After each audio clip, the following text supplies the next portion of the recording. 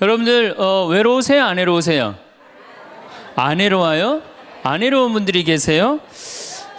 외롭죠? 사실은 여기 계신 분들 중에 단 한 분도 안 외로우신 분은 없어요. 예, 아무리 행복한 사람이라도 문득 외로울 때가 있어요. 아무리 행복한 사람이라도. 여러분들 낙엽이 막 떨어지고 막 바람에 그냥 낙엽이 스산하게 막 날릴 때 그거 보면은 마음이 왠지 좀 쓸쓸하고 외롭지 않으세요? 예. 한 입을 덮고 사는 남편이 어느 날 그냥 등 돌리고 말도 안 하고 그냥 그러고 있으면은 외로워요, 안 외로워요? 우리 인간은요 고독할 수밖에 없어요. 우리 인간은. 여러분들 내가 병이 들어갖고 이제 막 죽기 일보 직전이야. 그래갖고 남편한테 여보 나 죽으면 당신 어떻게 할 거야? 근데 남편이 난 당신 없으면 못 살아. 그럼 여러분들 그 말 들어도 좋아요, 안 좋아요? 좋죠? 얼마나 마음 위로가 돼요. 그 예수님은 외로웠겠어요? 안 외로웠겠어요? 예수님도 외로웠어요. 예수님이요 하늘에 새도 보금자리가 있고 여우도 굴이 있는데 사람의 아들은 머리 둘 곳 조차 없다. 예수님도 외로우셨는데 여러분들이 뭐라고 안 외로워요? 예. 본당 신부님들이 가끔 사제가 돼서 본당 사목을 하다가 교우들하고 갈등을 일으켜요. 갈등을 일으키는데 교우들이 본당 신부님 본당에서 몰아낸다고 주교님한테 막 투서하고 막 연판장 막 돌리고 그럴 때 그 사제는 외로울까 안 외로울까요? 외롭죠. 왜?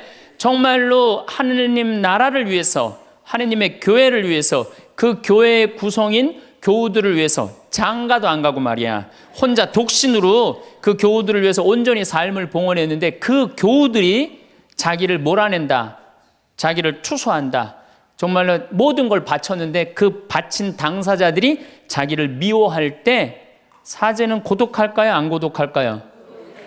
고독할 수밖에 없어요. 여러분들 남편을 내가 너무너무 사랑해. 남편을 너무너무 사랑하는데 남편이 나를 미워해.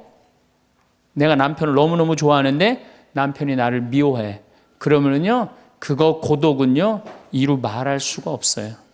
우리가 언제 주로 살아가면서 고독할까요? 첫 번째 외로움을 느끼는 것은 사랑하는 사람에게서 버림받았을 때 외로움을 느낀다 그래요. 사랑하는 사람. 부모님한테 버림받은 사람들 많죠. 부모님한테 버림받은 사람들 얼마나 많아요. 요즘 보육원에 그냥 자기 아이 버리고 그냥 가는 부모님들 얼마나 많아요. 그리고 이혼하고 그냥 엄마가 보따리 싸들고 그냥 도망가는 엄마들 얼마나 많아요. 그런 아이들 상처가 얼마나 크겠어요. 세상에 천하에 엄마가 나를 버렸다, 아버지가 나를 버리고 갔다. 그들의 마음의 상처는 이루 말할 수가 없죠. 또 사랑하는 애인이 배반하고 가버렸어. 사랑하는 애인이 배반하고 가버렸어. 그러면은 아파요, 안 아파요? 아프죠? 친구가 나를 배반하고 가버렸어. 이거 굉장히 괴로운 거예요.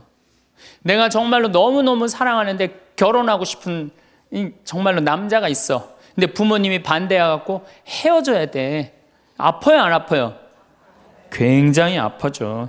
그래서 심지어 그 위대한 다윗도 아들 압살롬이 반란을 일으켜요. 아들이 압살롬이라는 아들이 있는데 반란을 일으켜갖고 다윗이 도망 나갑니다. 예루살렘에서 그냥 급히 도망을 나가면서 이런 시를 불러요. 시편 3편에 주님, 저를 괴롭히는 자들이 어찌리 많습니까? 저를 거슬러 일어나는 자들이 많기도 합니다. 하느님께서 저자를 구원하실성 싶으냐?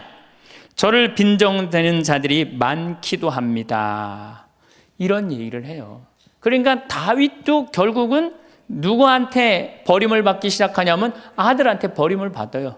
그리고 결국은 그 아들은 요압이라는 다윗의 총사령관한테 표창에 맞아 죽고. 그러니까 얼마나 아프겠어요. 인간은 어떤 종류의 인간이든지 이런 아픔 속에서 살아갈 수밖에 없다. 사랑하는 사람을 만날 수 없다는 사실, 이거를 불가에서는 뭐라고 그러냐면 애별리고라고 그래. 애별리고. 사랑하는 사람하고 헤어지는 고통. 이게 가장 큰 고통이라고 그래요. 우리 신학생들 참 나는 우리 신학생들만 보면은요 너무너무 거룩하고 아름답고 순결해요. 고등학교 3학년 딱 졸업하고 얼마나 하고 싶은 게 많겠어요. 그런데 하느님의 나라를 위해서 신학교 딱 들어갔단 말이야. 그러면 신학교 1, 2학년들 보면요, 너무너무 순수하고 아름다워 보여요. 나만 아름다워 보이겠어요? 여러분들 보면 이쁘겠어, 안 이뻐? 우리 신학생 1, 2학년 학사님들 보면 이쁘죠? 여러분들만 이쁘겠어요? 20살, 21살 된 여자애들은 이쁠 것 같아요, 안 이쁠 것 같아요? 신학생들이 너무너무 매력이 있잖아요. 그래갖고 가까이 가고 싶고 자꾸 만나고 싶단 말이야.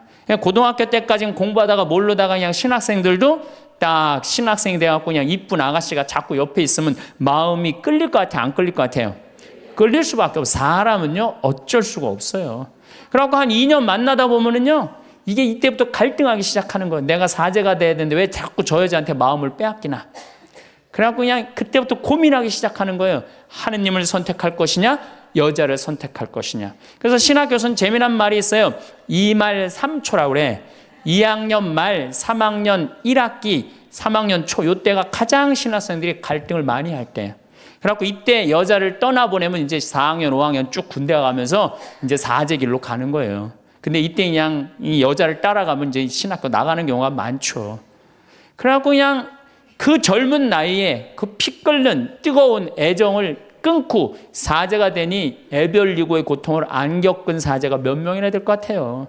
그러니까 서품 때 보면 그냥 누워갖고 그냥 이 깔고 그냥 그 여자 떠나보낸 여자 생각하고 그냥 가슴이 아파서 우는 거예요. 모든 걸 떠나보내야 돼. 인간이 얼마나 그게 힘든 건데요. 그러니까 여러분들 신부님들한테 잘하세요. 괜히 주교님한테 편지 쓰고 그러지 마시고.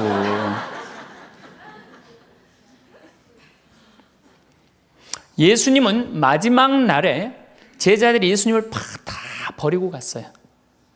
심지어 어떤 제자는 막 옷까지 그냥 삼배 옷까지 벗어 알몸으로 도망갔어. 그리고 오로지 예수님만 혼자 남았어요. 그러니까 예수님 외롭겠어요, 안 외롭겠어요? 외롭죠. 그러니까 예수님은 이런 말씀을 하신 거예요. 하늘에 새도 보금자리가 있고 여우도 굴이 있는데 사람의 아들은 머리 둘 곳조차 없다. 그건 맞는 말씀이에요. 두 번째, 우리가 주로 언제 외로워? 어느 누구에게도 도움을 받을 수 없을 때 우리는 외로워요. 내 아들이 정말 병이 걸려갖고 이제 수술을 해야 되는데 병원비가 없어. 그래갖고 그냥 정말로 친하다는 친구한테 가갖고 우리 아들이 지금 수술을 해야 되는데 병원비가 없으니까 병원비 좀 꿔줘. 정말 친하다고 생각했던 친구가 이런 지하에 나는 돈 없어. 미안해. 그리고 그냥 돌아서 나올 때 쓸쓸합니까? 안 쓸쓸합니까? 심지어 어머니 뱃속에서 같이 태어난 형제한테 도움을 청했는데도 그 형제가 집을 잡혀갖고 대출이라도 받아서 해줘도 전찬을 판국인데 냉정하게 돈 없다고 거절당할 때 우리 인간은요, 그럴 때 세상에 홀로 떨어져 있는 그런 기분을 드는 거예요. 또 언제 외로워요? 내가 40살, 이제 45, 46이 돼갖고 애 대학도 들어가야 돼갖고 학비도 지금 등록금도 준비해야 되고 아파트 부금도 보야 되는데 그냥 직장 상사가 부르더니 해고 통지를 딱 했어. 그럼 이 40대 가장은 얼마나 쓸쓸하겠어요. 갈 데가 아무 데도 없는 거죠.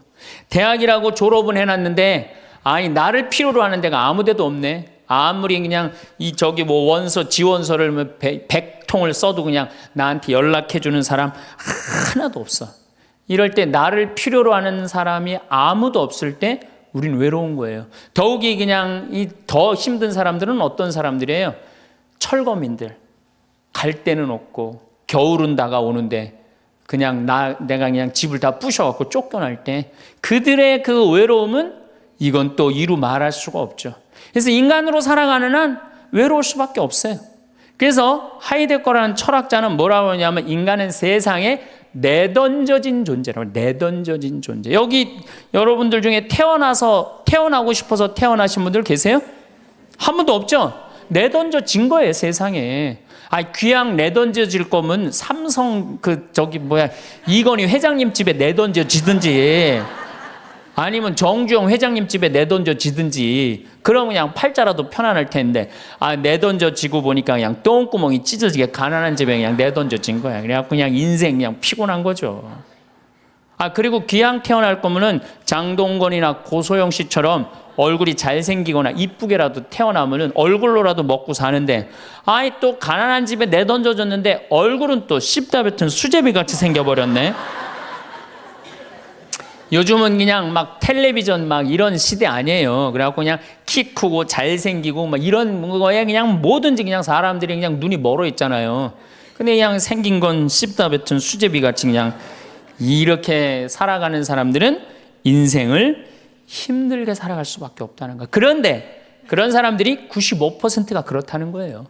95%. 저나 여러분이나 뭐 내가 항상 하는 얘기지만 내 얼굴 이거 씹다 뱉은 수제비 같이 생겨갖고 이거 뭐 얼굴로 먹고 살기엔 틀린 거죠. 다 평범하게 태어나는 거죠. 또 우리 언제 외로워요? 말이 안 통할 때 외로워요. 남편하고 말이 안 통할 때, 자식하고 말이 안 통할 때, 특별히 가족 간에 말이 안 통할 때 참 외로워요. 제가 미국에 강의를 한 2년 동안 이렇게 쭉 다녀보니까 깜짝 놀라는 일이 있어요. 엄마 아빠는 영어를 못하고 애들은 영어만 하는 거예요. 그러니까 애들은 그냥 막 영어를 너무너무 잘하고 애들 하는 말을 엄마 아빠가 못 알아듣는 거예요. 그러니까 엄마 아빠하고 말이 안 통하는 거 애들하고 기본적인 거 밥 먹어라, 학교 갔다 와라 이거 외에는 말이 안 통하는 애들이 참 많더라고요. 정말로 그건 이제 점점 외로워지는 거죠. 우리 생태마을에 교감 선생님이 3개 국어를 해요. 생태학교라는 걸 운영하거든요. 3월 달부터 12월 달까지 우리 농사 짓고 기숙사 생활하고 생태 영성 배우고 이런 생태학교를 운영하는 이제 교감 선생님이 미국에서 스카웃을 해왔어요. 스카웃을 해왔는데 이 교감 선생님 아들이 미국 콜롬비아 대학 4년 장학생이에요. 미국에서 태어난 거죠. 나도 한번 만나봤는데 애가 굉장히 괜찮아요. 근데 애가 이제 아버지 생일날 카드를 보낸 거예요. 한글을 배워서 삐뚤삐뚤한 글씨를 써갖고 편지를 보냈는데 딱 3줄 보냈어요. 아버지 사랑합니다. 아버지 생일 축하합니다. 그리고 맨 끝에 뭐라고 썼느냐면은 네 아들 윤진이가 이렇게 해서 보냈더라고요. 말이 안 통하는 거지. 말이 안 통하는 거지. 한국에서 보면은 그런데 이게 미국 사회에서만 서로 말이 안 통하는 게 아니야. 한국에서도 퇴근을 했는데 부인이 남편을 투명인간 취급하는 부인들 많아요. 들어오거나 말거나 말도 안 하고 그냥 밥 차려놨으니까 먹으라고 그러고 사람 그냥 투명인간 취급하는 경우 많죠. 그렇죠? 자식들도 집에 와서 엄마 아버지한테 다소곳하게 하지 않고 자기 방에 쑥 들어가고 하루 종일 한 가족이 집에 살면서 5분 이상 대화를 안 한다는 거 아니에요. 이게 말이 안 통하니 이 집이 외롭겠어요? 안 외롭겠어요? 모이면 하루에 있었던 일 얘기하고 서로 그냥 다정하게 대화를 나눠야 되는데 우리가 지금 말이 안 통해 서로. 그 외로울 수밖에 없죠. 또 언제 외로워요? 이게 이제 저하고 여러분들하고 공통적으로 느끼는 거예요. 늙어가는 걸 느낄 때. 내가 뭔가 하나씩 뺏겨가는 걸 느낄 때 그때 외로워요. 내 젊음이 하나하나 떨어져 가는구나. 제가 굉장히 눈이 좋았어요. 1.5, 어떨 땐 2.0까지 나왔어요. 근데 요즘 핸드폰에 메시지가 오면은 일단은 내가 인상을 써요. 인상을 쓰고 이렇게 멀리 보기 시작해. 안 보이는 거, 글자가. 심지어는 내 동창들은요, 돋보기를 쓰는 동창들도 있어요. 벌써. 그래서 너 왜 돋보기를 쓰냐고 하니까 노안이 와갖고 신문이 안 보이는 거예요. 그 돋보기를 쓰고 있는 동창을 보면요 슬프더라고요. 늙어가니까. 제가 젊었을 때 몸에 테스토스테론이 흘러 넘쳤어요. 진짜 남자다웠어요. 그래갖고 내가 눈물이라고는 한 방울도 안 흘렸어요. 얼마나 눈물을 안 흘리냐면 고등학교 2학년 때 우리 어머니 아버지가 내가 신학교 들어가기 전까지는 성당에 안 다니셨어요. 그러니까 이해가 안 됐잖아요. 반대한다고 어머니가 막 정말로 아버지가 그 막 어머니를 막 끌어안고 저를 보고 뭐라고 그랬느냐면 울면서 제발 신학교 안 간다는 소리 좀 해라. 내가 그랬는데도 눈물 한 방울 안 흘린 놈이에요, 내가. 물론 우리 어머니 아직도 안 돌아가셨어요. 아직도 안 돌아가시긴 했는데. 그런데 내가 나이가 46인데 이상한 일이 벌어졌어요. 내 몸에서 이제 테스토스테론은 안 나오고 남성 호르몬은 안 나오고 에스트로겐 여성 호르몬이 나오는 모양인 것 같아요. 지난 2월 달에 우리 김연아 선수가 동계올림픽 금메달 땄잖아요. 따갖고 그냥 더욱이 또 우리 세례 받았잖아. 그냥 내 딸이 그냥 금메달 따갖고 그냥 동해물가 올라가는데 그냥 그 묵주 반지가 딱 보이네. 눈물 한 방울 딱 떨어지는데, 아니 김연아 선수 눈물 한 방울 떨어지는데 왜 내 눈에서 눈물 10방울이 떨어져? 자동이야, 자동. 요즘은 그냥 텔레비전에서 슬픈 것만 봐도 어떻게 돼요? 눈물이 뚝뚝 떨어져요. 내가 이제 늙어가고 있는 거예요. 내 몸에서 이제 여성 호르몬이 나와갖고 자꾸 감성적으로 되는 거예요. 감성적으로. 반대로 여자들은 몸에서 이제 에스트로겐은 안 나오고 테스토스테론이 나와요. 남성 호르몬이 나와요. 그래갖고 50 넘은 여자들을 보면요, 여자 같은 여자는 하나도 없어요. 깡패 같은 여자들만 그냥 천재 있어요. 깡패 같은 여자. 그냥 몸에서 근데 에스트로겐이 빠져나가면은요, 여성 호르몬이 빠져나가면은요, 기억력도 같이 빠져나간대. 기억력도. 그래갖고 그냥 장을 보러 나가야 되는데 그냥 지갑을 어디다 놔뒀는지 알 길이 없는 거야. 온 집안을 다 뒤져도 지갑이 없는 거예요. 그래갖고 열받는다고 냉장고 딱 열어보니까 김치통 위에다 지갑 딱 올려놔. 아이고, 내가 왜 이럴까? 내가 왜 이럴까? 심지어는 어떤 분은 막 1층에서 2층 올라가면서 올라가는 중간에 무슨 일을 하러 올라가는지 까먹는 분도 계세요. 그런 분들 많죠? 더 심각한 분은 어떤 분이냐면 1층하고 2층 중간에 서서 고민하기 시작하는 거예요. 과연 내가 지금 2층에서 내려오고 있는 중이었을까? 1층에서 올라오고 있는 중이었을까? 깜짝깜짝 놀라는 거죠. 심지어는 저는 어떤 분까지 봤느냐면은 핸드폰을 하면서 지금 내가 핸드폰을 찾는데 내 핸드폰 어디 있지? 이러고 있는 사람들도 있어요. 그런 분들도 있어요. 늙어가는 거죠. 늙어가는 건 굉장히 슬픈 거예요. 젊음을 빼앗기는 거, 이런 것들이 자꾸 우리를 슬프게 하죠. 한숨이 나오죠. 더욱이 아줌마들은요, 40이 넘으면 확 갑자기 몸에 얼굴이 열이 확 올라왔다가 열이 확 식었다가 그러죠. 감정의 기복도요, 막 기뻤다가 슬펐다가 분명해요. 울었다 웃었다가 분명해요. 그러면 자식 붙잡고 네가 인생을 어떻게 살라고 그러냐고 막 울다가 갑자기 그냥 성당 친구가 전화 오면은 언제 그랬냐는 듯이 내가 오늘 신부님을 강의를 들었는데 너무 재밌다고 막 깔깔깔깔거리고 막. 그러면 아들이, 딸이 엄마 도대체 왜 그래? 이 소리를 들으면요, 여러분들은 심각하게 늙어가고 있는 거예요. 엄마 도대체 왜 이래? 내가 이제 늙어가는 거죠. 그럴 때 우리 인간은 외로움을 느낀다는 거죠. 우리가 언제 외로울까요? 아플 때 외롭다 그래요. 아플 때. 구약의 유명한 욥은 온몸에 종기가 나서 사람들이 자기를 무시할 때 이런 노래를 부릅니다. 내 형제들은 내게서 멀어지고 내 친구들은 남이 되어 버렸다네. 친척과 친지들은 떨어져 나가고 집안 식객들은 나를 잊었으며 계집종들은 나를 낯선 자로 여기니 저들 눈에 나는 이방인이 되었다네. 내 입김은 아내에게 메스껍고 내 몸에 나는 악취를 자식들에게 풍긴다네. 어린 것들조차 나를 업신여기고 내가 일어서려고만 해도 나를 두고 비아냥거리네. 내게 가까운 동아리도 모두 나를 역겨워하고 내가 사랑하는 자들도 내게 등을 돌리는구려. 이 아픔은요, 이게 우리 인간이 아직 가장 서러울 때가 아플 때예요. 그건 내 남편도 필요 없고 자식도 필요 없을 때가 굉장히 많죠. 그렇죠? 아플 땐 그래요. 어떤 분이 그런 얘기를 하더라고요. 나하고 나이가 비슷한 분인데 자기가 고등학교 때 엄마가 참 자기를 사랑했는데도 불구하고 하루는 굉장히 토했대요. 근데 밤새 토했는데 엄마가 나 토하는 걸 아는데도 문 한 번 안 열어봤을 때 그렇게 외롭고 쓸쓸하고, 지금도 그 20몇 년 전 그 생각을 하면은 지금도 외롭고 섭섭하다는 거예요. 그러니까 우리가 가장 서러움을 많이 느낄 때, 언제 서러움을 많이, 아플 때, 나한테 무심하게 대할 때 우리가 서러움을 많이 느낀다는 거죠. 그래서 시편 69편에 이런 얘기가 있어요. 하느님, 저를 구하소서. 목까지 물이 들어찼습니다. 깊은 수렁 속에 빠져 발 디딜 데가 없습니다. 물속 깊은 곳으로 빠져 물살이 저를 지칩니다. 소리 지르느라 지치고 저의 목도 쉬었습니다. 저를 까닭없이 미워하는 자들이 제 머리카락보다 많습니다. 제가 빼앗지도 않았는데 물어내라 합니다. 저는 제 형제들에게 남이 되었고 제 어머니의 소생들에게 이방인이 되었습니다. 물살이 저를 지치지 못하고 깊은 물이 저를 집어삼키지 못하며 심연이 저를 삼켜 그 입을 다물지 못하게 하소서.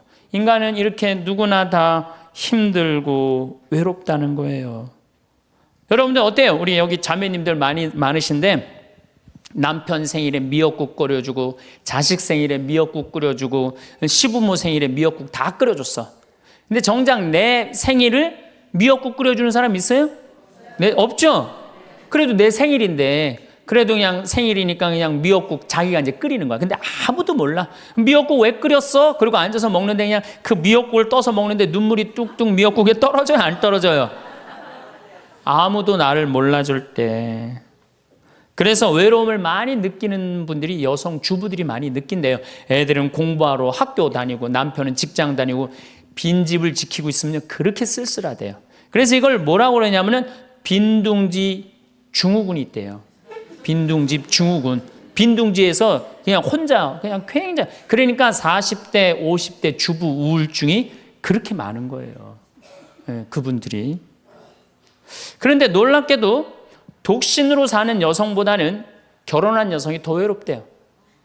독신으로 사는 혼자 사는 여자는 자기가 처음부터 외로울 거라고 생각을 하고 혼자 그냥 미역국 끓여 먹으면 당연하게 생각을 하는 거야. 근데 결혼한 사람은 바라는 게 많잖아요. 근데 남이 안 해주면 더 외로운 거야. 이 인간이 다 외로운 거야. 어떻게 보면 다 불쌍해. 여기 있는 분들 한 분 한 분 예수님 오면 다 안아줄 거야. 너 그동안 외로웠구나. 내가 안아주마. 다 그럴 거예요.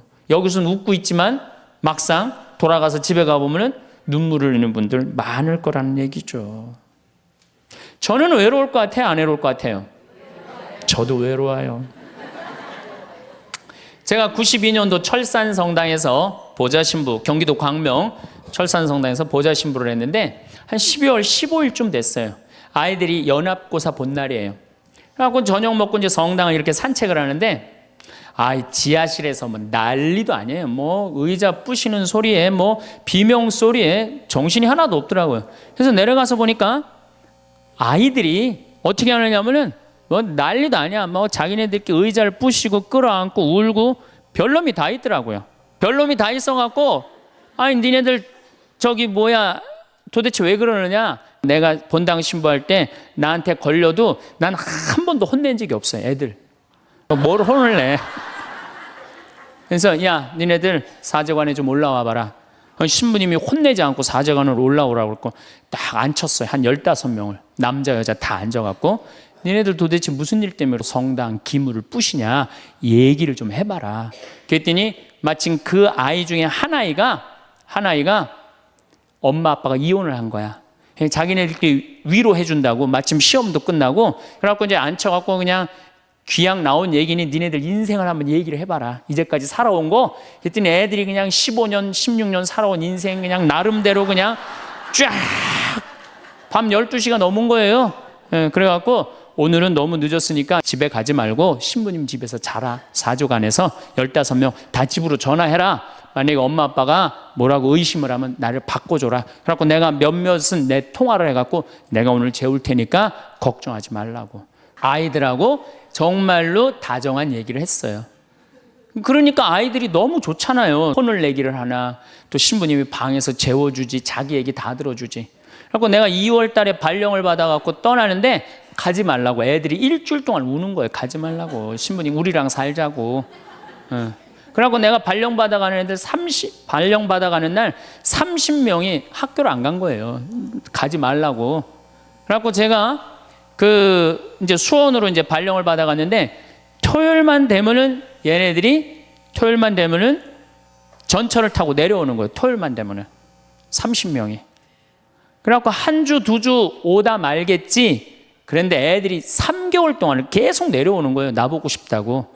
생각해보니까 이렇게 하면 안 되겠더라고. 이렇게 끌고 다니다가는 10년 후에는 한 3,000명 끌고 다니겠더라고요. 그래서 사제는 본당을 떠나면은 인연을 끊어야 되는구나. 그때 깨달았어요. 그 다음 사제가 정말로 사목을 잘할 수 있도록 떠난 본당에 일체 연락하면 안 되고 떠난 본당 사람들하고 어울리면 안 되는구나. 그때 깨달았어요. 그래갖고 제가 이제 평택에서 이제 비전동 성당이라고 5년 초대 본당 신부를 했어요. 초대 본당 신부 했으니 교우들하고 얼마나 친했겠어요. 그 다음에 경기도 광주에서 능평 성당이라고 거기도 또 초대 본당 신부 5년을 했어요. 10년을 본당 신부를 하고 제가 지금 강원도 평창에 이제 갔잖아요. 6년 전에 평창에 갔는데 내 첫 영명 축일 때 교우들이 신부님 축일 축하한다고 몇 명이나 왔냐면 200명이나 온 거예요. 기분이 너무너무 좋더라고요. 이야, 나를 잊지 않고 이렇게 200명이나 와줬구나. 그렇지만 저는 연락은 안 해, 개인적으로. 근데 둘째에 150명으로 줄어들었어요. 내 축일에. 셋째에는 100명으로 줄어들더라고요. 뭐 계속 연락은 안 하니까 넷째 해는 50명으로 줄어들었어요. 작년에는 30명으로 줄어들더니 올해 내 축일에는 17명이 딱 앞에 그냥 쭉 한 줄 앉아 있는데 외롭더라고요. 근데 사실은 그 200명에서 17명까지 줄어들 때 누가 연락을 안 하고 산 거예요? 내가 연락 안 하고 산 거예요. 사실은 그 외로움을 누가 먼저 만들었냐면 내가 먼저 만드는 거예요. 여러분들 외로운 분들 보면은요, 사실은 어떻게 보면은 다 본인이 담을 쌓고 살기 때문에 외로운 거지, 본인이 마음에 담을 허물면요 절대 안 외로워요. 근데 담 쌓고 사는 경우 많죠. 형제나 친척이 잘못하면은 내가 니네들하고 연락하고 사나 봐라, 그리고 딱 인연 끊어버리잖아요. 그러니까 우리가 외로움은 점점 우리를 더 힘들게 만들어요. 대한민국 사람들이 굉장히 외로운 것 같아요. 대한민국의 명장면이 하나 있어요. 저는 이해가 안 가는 장면 하나 있어요. 대한민국 사람 참 외롭구나, 대한민국 아줌마들이 외롭구나를 느끼는 장면 하나가 있어요. 그게 뭐냐면 연예인들 군대 갈 때예요. 아니, 연예인들 군대 가는데 왜 아줌마 500명이 따라가? 자기 아들 군대 가는 것도 아닌데. 그래갖고 그냥 거기다가 막 기다린다고 그러고. 그러니까 어디 마음을 열어놓을 데가 없는데 그 연예인한테 마음을 열어놓고 사는데 그 연예인이 2년 동안 안 보인다고 그러니 얼마나 슬퍼. 그러니까 그 앞에서 우는 거예요. 참 그 슬픈 장면이죠. 너무 외로울 때, 절망이 끝에 달할 때, 키에르 케고로라는 철학자는 죽음에 이르는 병을 절망이라고 그래요. 절망. 외로움에서 끝에 아무도 내 옆에 없구나, 이런 절망에 할 때 죽음에 이른다는 거죠. 우리가 여러분들 이 죽음이라는 게 얼마나 무서운 거예요. 어떤 사형수가 교수대에 올라가다가 그 교수대 올라가는 계단이 썩었나 봐요. 그래갖고 계단에 딱 떨어졌어. 미끄러져갖고 떨어지고 한 말 있잖아요. 하마터면 죽을 뻔했다고. 바로 죽기 직전까지 우리 인간은 무슨 끈을 놓지 않아요? 삶의 끈을 놓지 않아요. 누가 잘못 사는 거냐면 우리가 잘못 사는 거예요. 우리 종교인들이 잘못 살아서 그래요. 아니, 그런 외로운 사람들 위로가 되려고 예수님이 이 세상에 왔는데 우리가 위로가 안 되는 거죠. 또 서울대학 다니는 아이들도 외롭다고 죽는 아이들도 많아요. 그러니까 외로운 거는 못난 사람들도 외로움을 느끼지만 어떤 사람들도 외로움을 느껴요? 잘난 사람들도 외로움을 느껴요. 그래서 사람들은 이래요. 나는 미치도록 외롭다. 죽고 싶을 정도로 외롭다는 말을 해요. 미치도록 외롭다는 말. 여러분들 현대인들이요, 한 번은 60% 정도는 살아가면서 우울증에 걸린대요. 한 번은. 여기 계신 분들 중에 지금 군대 가는 아이들 멘탈 테스트를 해보면요, 한 50% 이상이 한 번은 제정신이 아닌 상태래요. 멘탈 테스트를 해보면은. 그러니까 여기 계신 분 두 분 중에 한 분은 지금 제정신이 아닌 거예요. 반은 제정신 아닌 상태로 지금 앉아 있는 거예요. 신부님, 저는 제정신인 것 같은데요, 그분은 완전히 도루 신분이에요. 왜 제정신이 아닌 상태에서 우리가 지금 살고 있느냐? 텔레비전 보면요, 기가 막힌 거 많이 나와요. 초등학교, 중학교 애들이 공중에 뜬 거 재밌다고 동영상 찍어갖고 올려놓은, 그 제정신이에요? 제정신 아니에요? 제정신 아니에요. 이게 우리가 다 제정신이 아니에요. 100년 전 조선시대 사람들을 데려다 놓고, 100년 전 조선시대 사람을 데려다 놓고 한번 여러분들 요즘 사회 뉴스를 한번 보게 하세요. 그 사람 미칠 것 같아요? 안 미칠 것 같아요? 근데 여러분들은 그거 매일 이러는 거 보는데도 여러분들 왜 안 미쳐요? 이미 어느 정도 미쳐 있어. 미쳐 있기 때문에 그걸 봐도 안 이상한 거예요. 그러니까 우리가 잃어버린 마음을 찾아야 된다는 거죠. 잃어버린 마음을. 그러니까 외로운 사람들끼리 서로 모여서 서로 위로가 돼야 되는데 외로운 사람들이 뭘 하느냐면 컴퓨터 게임에 미쳐 있는 거예요. 컴퓨터 다 사람은 안 만나고 기계만 만나는 거예요. 그러니까 더 미치는 거죠. 더 미치는 거예요. 그래서 우리가 이런 외로움을 극복하려고 그러면은 정말로 서로 사랑해야 돼요. 예수님 말씀처럼 우리가 서로 사랑해야 돼요. 서로를 배려해주고 서로를 신경 써주고. 근데 우리는 이게 서로 사랑하고 서로 배려해주는 게 부족한 거죠. 굉장히 이기적으로 사는 거죠. 이기적으로. 그럼 여러분들은 언제 외로움을 정말로 극단적으로 느끼느냐? 자식한테 기댈 때. 특히 여기 계신 여러분들은 언제 더 많은 외로움을 느끼냐면 늙어서 자식이 나한테 잘해주겠지 이런 마음 먹는 분들은요 외로워요. 딸이 나한테 잘해주겠지, 늙어서 나 용돈도 주고 내가 고생해서 키워놨으니까 나 호강시켜주겠지 이런 생각하는 분들은요 외로울 수밖에 없어요. 자식은요 잘 키워도 소용없고 못 키워도 소용없는 게 자식이에요. 자식은 그저 고등학교 3학년 때까지 키우고 끝나야지 그 다음 욕심내면요 여러분들 외로울 수밖에 없어요. 그러면은 못 키운 자식이 왜 소용없어요? 그냥 중고등학교 때 속새기는 놈 커서도 속새겨요. 직장도 못 들어가고 그냥 빌빌거리고, 그리고 또 결혼해도 제대로 살지도 못하고 그냥 또 이혼해갖고 그냥 손자 그냥 나한테 맡겨갖고 힘들어. 그러니까 자식은 못 키우는 자식 소용없어요. 그러면은 잘 키우는 자식은 왜 소용없느냐? 잘 키운 건 더 소용없어요. 그냥 좋은, 여기 지금 서울대학 가까이 있잖아요. 며칠 전에도 내가 서울대학 가서 강의를 했는데 똑똑해. 정말 누가 봐도 잘 키워놨고 잘라놨어. 빛이 번쩍번쩍 나. 서울대학 졸업하고 난 다음에 삼성에 취직을 했어. 그래갖고 아들이 양복을 입고 출근하는데 너무 보기가 좋은 거야. 그렇게 잘 논 아들일수록 더 여우 같은 며느리가 나타나갖고 낚아채 가는 거예요. 더 여우 같은 며느리가 낚아채 가는 거예요. 그럼 낚아채 가면 그날로 끝나는 거예요. 그날로. 그러니까 어차피 자식은 떠나게 돼 있어요. 어차피 자식은 떠나게 돼 있어요. 그러니까 여러분들 이제는 내가 자식한테 내 인생을 기대한다 생각하지 말라는 거예요. 더욱이 여러분들 자식들 정말로 사랑으로 키워요? 태어나갖고 자식들 사랑으로 키워요? 맨날 방에 가둬놓고 공부해라 그러지 않아요? 맨날 공부해라고. 그래서 여러분들 이 생각만 하면 돼. 내가 어렸을 때 자식하고 다정하게 맛있는 거 먹으러 다니고 놀러도 다니고, 그리고 난 다음에 대화도 막 늘 살갑게 한 엄마는 늙어서 자식이 먹으러도 다니고 놀러도 다니고 대화해줘요. 근데 어렸을 때 그냥 방에만 가둬놓고 매일 그냥 공부만 시키고 학원에 그냥 계속 가둬갖고 공부만 시킨 부모님들은 늙어서 자식이 어떻게 할 것 같아요? 방에 가둬놓고 밥만 먹이는 거, 밥만. 그리고 이제 완전히 이제 늙어갖고 움직이지 못할 때 어떻게? 학원에 그냥 계속 가두듯이 이제는 그냥 양로원에 그냥 가둬갖고 그냥 거기서 살라고 그래. 그냥 자식들한테 공부해라 그런 부모님들 이거 심각하게 이거 고민해야 돼요. 그런 분들은 더 외로울 수밖에 없어. 더 외로울 수밖에 없어. 그러니까 보통 이제 초등학교 이제 1학년, 2학년 애들이 막 너무 6, 7살까지는 이쁘다가 초등학교 들어가면 막 공부를 안 하고 그러면요. 애들한테 엄마가 막 폭언을 하기 시작해요. 그래갖고 성적표를 받아왔는데 40점, 50점 이렇게 받아오면은 애들한테 그래요. 너 밥이 넘어가냐고. 어? 네가 잠이 오냐고. 너 지금 텔레비 봐야 되느냐고. 그래갖고 그냥 보통 공부 못하는 애들이요. 성격이 느긋한 애들이 공부 못해요. 내일 시험이라도 걱정 안 하고 느긋하게 있는 애들이 공부 못하는 거예요. 그렇죠? 그럼 그거 보고 있으면 엄마가 불이 나요, 안 나요? 그래서 느긋한 성격 가진 애를 그냥 괴롭히기 시작해. 욕을 해야 되는 거야. 초등학교 6년 욕을 한단 말이야. 그럼 애가 6년 지나가면 성격이 삐뚤어져요. 공부 못해도 우리 아들 착하다, 우리 딸 예쁘다, 우리 아들 성격 좋다. 그러면 6학년 때까지 성격 안 삐뚤어지거든요.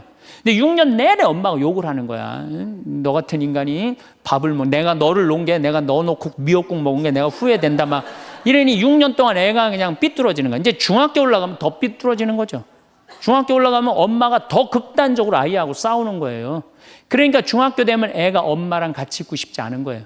그래서 어디 좀 놀러 가자고 그래도 어떻게? 엄마 아빠나 갔다 오라고. 외로울 수밖에 없는 거죠. 고등학교까지 되면은 완전히 빗나가게 되면 심한 아이들은 어떤 경우도 있느냐면요, 정신질환까지 앓는 아이들도 있어요. 심한 경우는.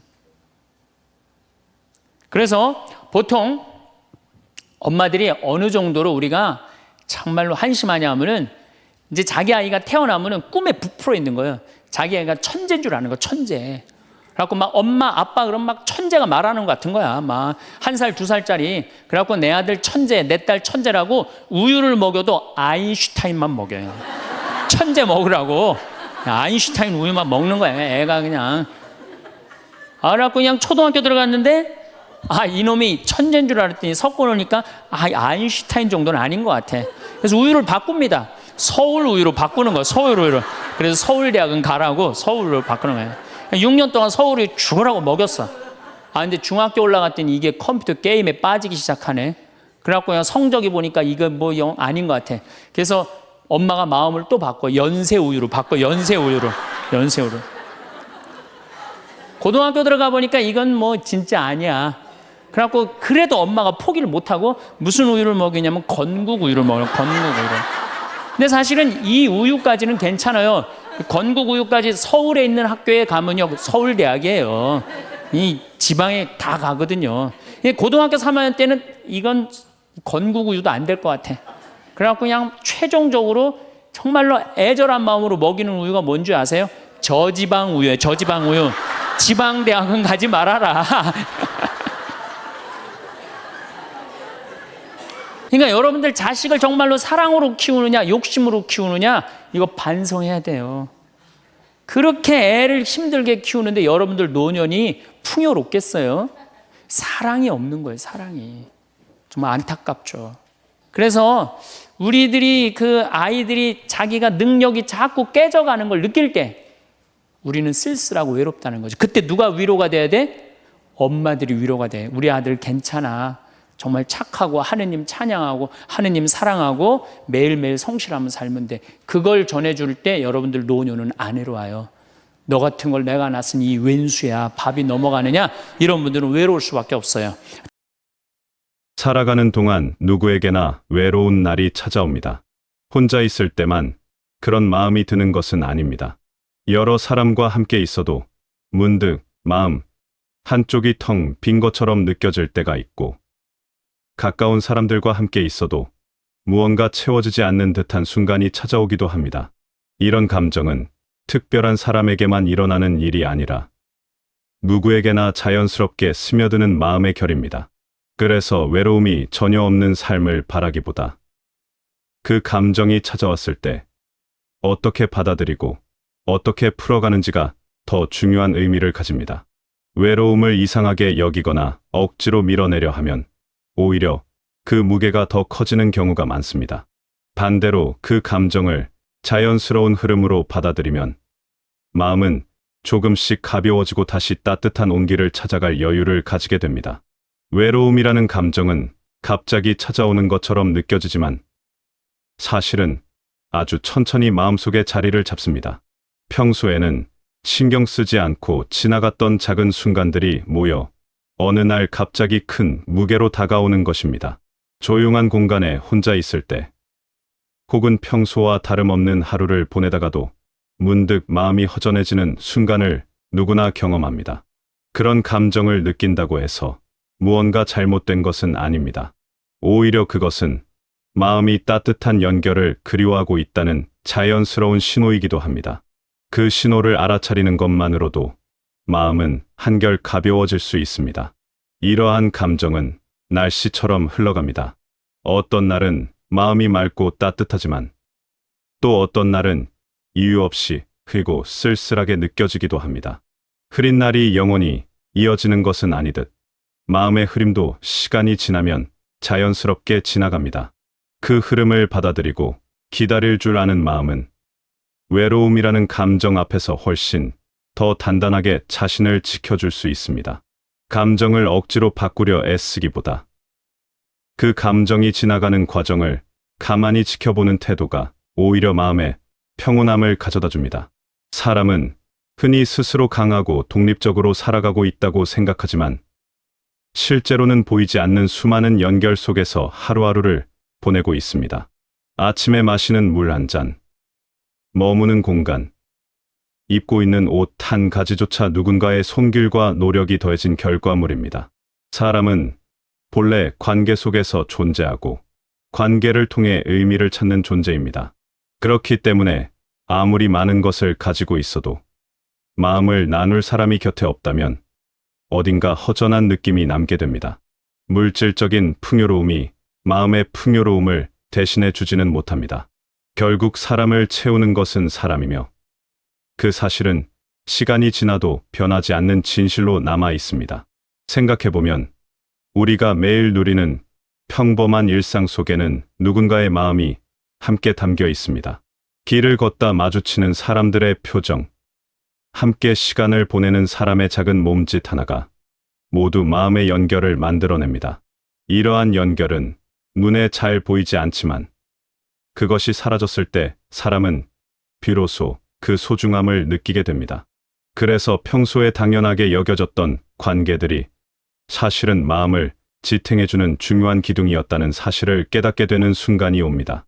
그런 깨달음은 늦게 찾아올 수도 있지만 그것을 알게 된 이후의 삶은 조금 더 따뜻한 방향으로 흘러갈 수 있습니다. 많은 사람들은 외로움의 원인을 단순히 곁에 사람이 없는 상황에서 찾으려 합니다. 하지만 진짜 외로움은 물리적인 거리보다 마음의 거리에서 비롯되는 경우가 훨씬 많습니다. 가까이 있는 사람과 마음이 통하지 않을 때 느끼는 외로움은 멀리 떨어져 있어도 마음으로 이어진 사람이 있을 때 느끼는 안정감보다 훨씬 더 깊고 무겁습니다. 결국 외로움은 단순히 혼자 있기 때문에 생기는 것이 아니라 마음과 마음이 끊어졌다고 느껴질 때 깊어지는 감정입니다. 누군가와 자주 만나더라도 진심이 오가지 않으면 마음은 점점 더 멀어지고 반대로 자주 만나지 못해도 서로를 향한 마음이 살아있다면 그 연결은 끊어지지 않습니다. 그래서 외로움을 다루는 일은 곁에 누가 있느냐의 문제가 아니라 마음이 어디를 향해 있느냐의 문제이기도 합니다. 마음의 거리는 시간이 지난다고 해서 자연스럽게 좁혀지는 것이 아닙니다. 때로는 함께한 시간이 길어도 마음은 점점 멀어질 수 있고 짧은 시간을 함께했더라도 그 안에서 진심이 오갔다면 마음은 오래도록 가까이 남아 있을 수 있습니다. 그래서 관계의 깊이를 결정하는 것은 시간의 길이가 아니라 그 안에 담긴 마음의 진심입니다.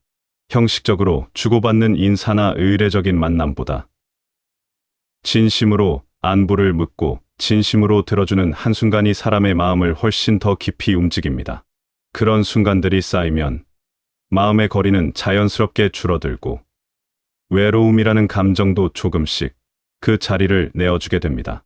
살아가다 보면 누구나 한 번쯤은 상처를 받습니다.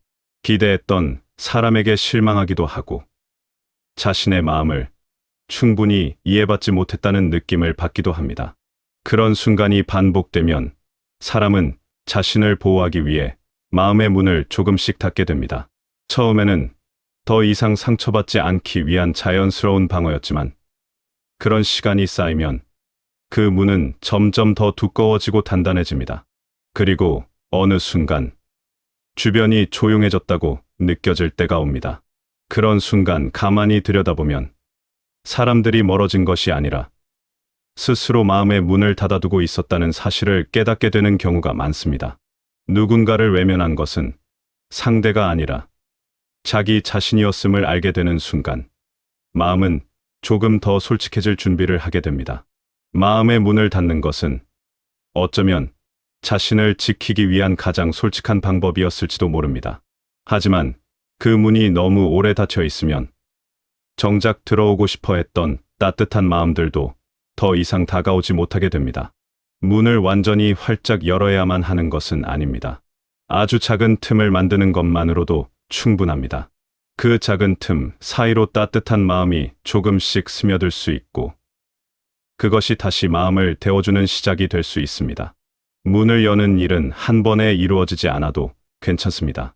천천히 조금씩 열어가는 과정 자체가 이미 의미 있는 변화입니다.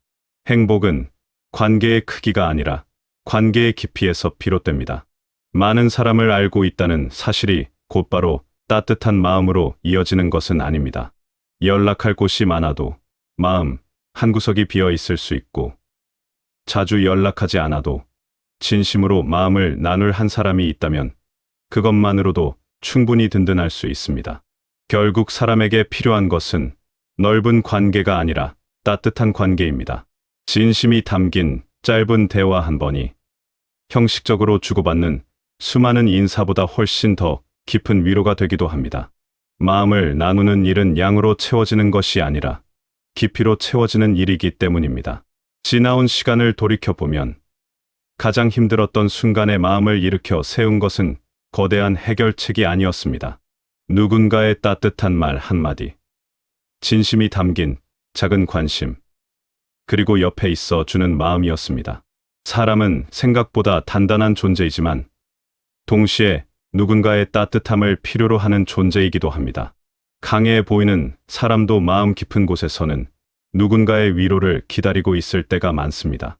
그래서 서로에게 기대고 서로를 위로하며 살아가는 모습은 약함이 아니라 사람다움의 자연스러운 모습입니다. 위로를 주는 사람도, 위로를 받는 사람도 그 순간만큼은 서로에게 따뜻한 존재가 됩니다. 위로는 거창한 형태로만 전해지는 것이 아닙니다. 때로는 가만히 옆에 있어주는 것만으로도 충분한 위로가 됩니다. 말을 많이 하지 않아도 누군가가 곁에 있다는 사실 자체가 마음에 안정감을 줄 수 있습니다. 그리고 그 안정감은 다시 살아갈 힘으로 이어집니다. 서로를 향한 작은 관심과 위로가 오가는 관계 속에서 사람은 비로소 자신이 혼자가 아니라는 사실을 느끼게 됩니다. 그 느낌은 큰 변화를 만드는 것은 아니지만 마음을 천천히 데워주는 따뜻한 기운이 됩니다.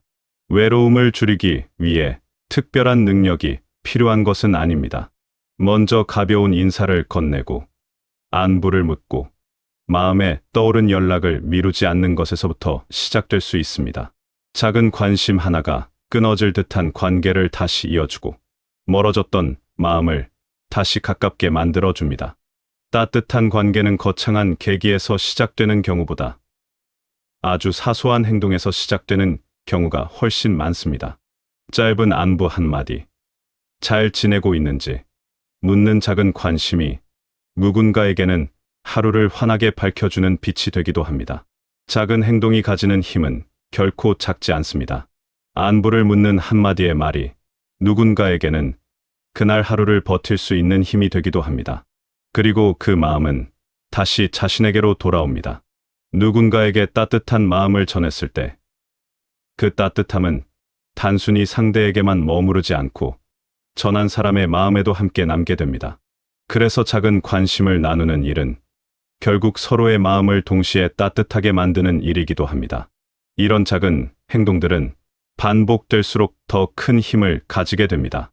한 번의 안부는 작은 씨앗에 불과하지만 그 씨앗이 꾸준히 뿌려지면 시간이 지나면서 단단한 뿌리를 가진 관계로 자라납니다. 그리고 그 관계는 어려운 순간에 든든한 의지가 되어줍니다. 처음에는 작고 미미해 보였던 마음들이 모여 결국 삶을 따뜻하게 채워주는 커다란 울타리가 되는 것입니다. 많은 사람들은 누군가가 먼저 다가와 주기를 기다립니다. 하지만 관계는 기다림 속에서 자라기보다 누군가의 작은 움직임에서 시작되는 경우가 많습니다. 먼저 웃어 보이고 먼저 손을 내밀 때 멈춰 있던 관계는 다시 살아납니다. 상대도 마음속으로는 같은 생각을 하고 있지만 표현할 방법을 찾지 못하고 있는 경우도 많습니다. 그럴 때 먼저 다가가는 작은 용기는 생각보다 훨씬 큰 변화를 만들어냅니다. 망설임의 시간을 줄이는 것만으로도 관계는 다시 따뜻해질 수 있습니다. 먼저 다가가는 일이 어렵게 느껴질 때도 있습니다. 거절에 대한 두려움이나 어색함이 마음을 막아서기도 합니다. 하지만 대부분의 경우 먼저 건넨 작은 마음은 생각보다 따뜻하게 받아들여집니다. 그리고 한 번의 시도가 쉽지 않더라도 그 시도 자체가 마음에 작은 변화를 만들어냅니다. 작은 용기를 내는 것이 익숙해지면 사람과 사람 사이의 거리는 자연스럽게 줄어들고 그 과정에서 마음은 조금씩 단단해지고 따뜻해집니다. 용기를 내는 일이 처음부터 쉬울 수는 없습니다. 하지만 작은 시도가 한 번, 두 번 쌓이다 보면 다가가는 일은 더 이상 어려운 일이 아니라 자연스러운 일상의 한 부분이 됩니다. 그리고 그 자연스러움 속에서 사람은 다시 사람과 사람 사이의 따뜻한 흐름을 느끼게 됩니다. 그 흐름은 한 번 시작되면 멈추지 않고 또 다른 따뜻함을 만들어내는 힘으로 이어집니다. 결국 삶에서 중요한 것은 무엇을 얼마나 많이 가졌는가 보다 누구와 함께 시간을 나누었는가일 수 있습니다. 시간이 지나면 물건은 낡고 한때 빛나던 일들도 자연스럽게 지나가지만 따뜻한 마음을 나눈 사람과의 기억은 마음속에 오래도록 남아 있습니다. 사람은 결국 사람으로 인해 웃고 사람으로 인해 다시 힘을 얻습니다. 그래서 관계를 소중히 여기고 가꾸어가는 삶은 스스로의 마음을 풍요롭게 만드는 가장 확실한 방법이기도 합니다.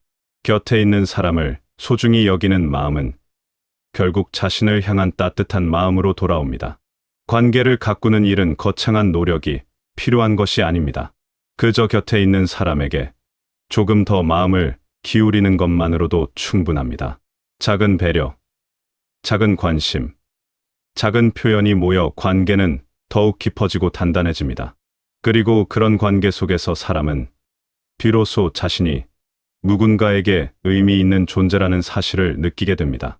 그 느낌은 삶을 살아가는 데 있어 가장 큰 힘이 되어줍니다. 마음을 기울이는 작은 행동은 결국 자신에게로 돌아오는 따뜻한 순환을 만들어냅니다. 누군가에게 마음을 쏟으면 그 마음은 다시 자신을 향한 따뜻한 시선으로 돌아오게 됩니다. 그렇게 주고받는 마음의 흐름 속에서 사람은 자신이 혼자가 아니라는 사실을 더욱 분명하게 느끼게 됩니다. 그리고 그 느낌은 일상을 조금씩 더 풍요롭고 안정감 있게 만들어줍니다. 외로움은 완전히 사라지지 않을 수도 있습니다. 누구나 살아가며 그 감정을 다시 만나게 됩니다. 하지만 마음의 문을 조금씩 열고 사람들과 다시 연결될 때 그 감정의 무게는 훨씬 가벼워질 수 있습니다. 세상은 생각보다 차갑기만 한 곳이 아닙니다. 먼저 마음을 열고 작은 관심을 나누는 사람에게는 따뜻한 인연이 자연스럽게 찾아오기도 합니다.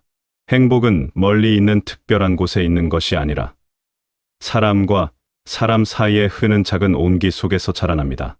그리고 그 온기는 거창한 계기가 아니라 누군가가 마음의 문을 살짝 여는 순간부터 조용히 시작됩니다.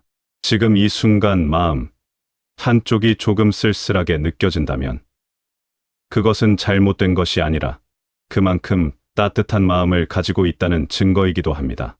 그 마음을 너무 무겁게 짊어지지 않으셔도 됩니다. 작은 안부 인사 하나, 따뜻한 말 한마디가 다시 누군가와의 연결을 만들어 줄 것이고 그 연결은 결국 여러분의 마음에도 따뜻한 온기로 돌아올 것입니다. 오늘 하루도 그 작은 온기 속에서 마음이 한결 편안해지시길 바라겠습니다.